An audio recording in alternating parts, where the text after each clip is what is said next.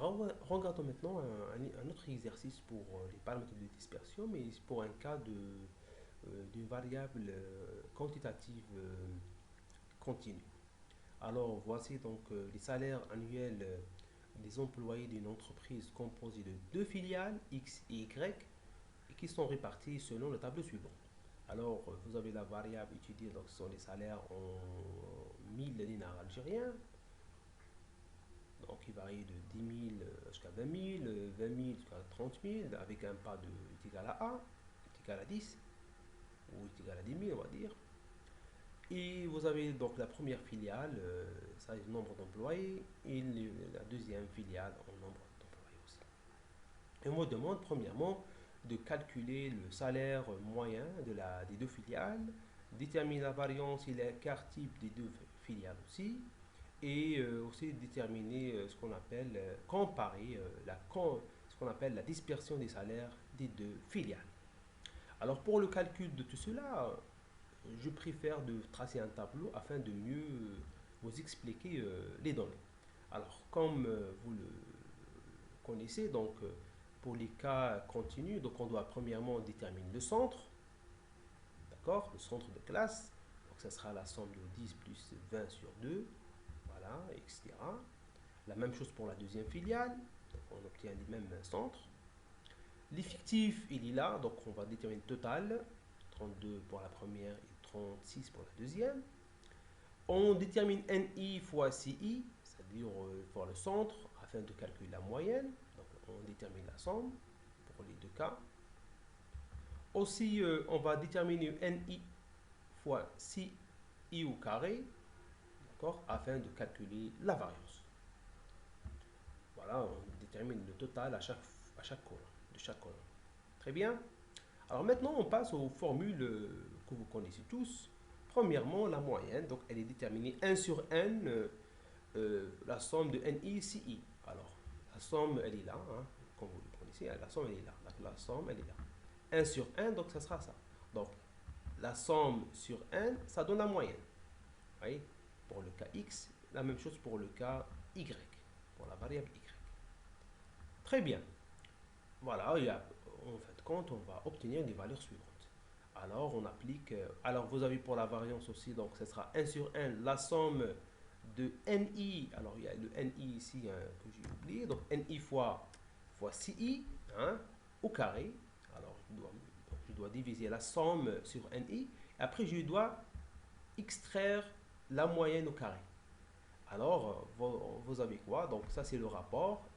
La somme de NI, CI au carré sur N, ça donne 981,25, moins CI, la valeur qu'on vient de trouver ici, donc c'est 30 au carré, ça donne 900. Vous voyez? Et j'obtiens quoi? La valeur souhaitée, recherchée. Puis je détermine l'écart type que vous connaissez est égal à la racine de la variance, donc est égal à la racine de la variance est égal à 9,014. La même chose, je le fais pour les deux variables suivantes, la moyenne, la variance et l'écart type. Ok? Alors maintenant, je passe à la deuxième question, plutôt la troisième question. Déterminer la variance dont on vient de terminer, en fait, hein, la première et la deuxième question. Maintenant, comparer la dispersion. Afin de comparer la dispersion, on doit calculer un coefficient. Ce coefficient, il s'appelle donc le coefficient de variation, CV, hein, coefficient de variation. Lorsque le CV est inférieur à 15, donc on va dire la série est homogène. Lorsqu'il est supérieur à 15, on va dire la série elle est hétérogène. Ça veut dire quoi? Le CV donc il est calculé par l'écart type sur la moyenne, d'accord? Donc juste application, donc le CV donc l'écart type de la première série x est égal à 9,014 sur la moyenne 30, ça nous donne 30%. Donc on va dire la série elle est quoi? Elle est légèrement dispersée. Bon, enfin, elle est dispersée, on va dire, elle est hétérogène, mais pas trop élevée comme une valeur de 70 ou 90 ou 80, hein, mais elle est dispersée. Alors la deuxième, on trouve 28%. Donc les deux variables de série sont hétérogènes. interprétation, comment on va interpréter ce résultat, on va dire que on remarque que la valeur de CVX est supérieure à CVY. En comparant les deux CV de variation, coefficient de variation, on constate quoi? Que la dispersion des salaires autour de la moyenne, c'est-à-dire par rapport à M, de la filiale X est légèrement plus élevée que la dispersion des salaires de la filiale Y. Ça veut dire elle est légèrement supérieure. D'accord? Donc, légèrement supérieure, ça veut dire elle est légèrement dispersée. Elle est légèrement hétérogène. D'accord?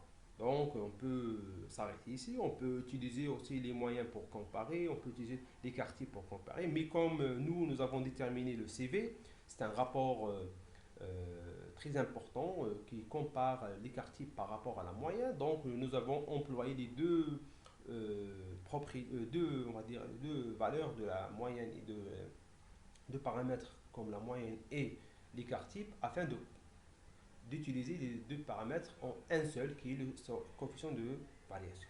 Alors, entre parenthèses, le coefficient de variation, il est moins utilisé lorsque la moyenne tend vers zéro. Vous voyez, entre parenthèses, lorsque la moyenne elle est proche de zéro, il n'est pas préférable, souhaitable de travailler avec CV, donc comparé. Parce qu'il ne donne vraiment, lorsqu'on divise n'importe quelle valeur sur une valeur qui est proche de zéro, donc on va obtenir des valeurs très très très élevées.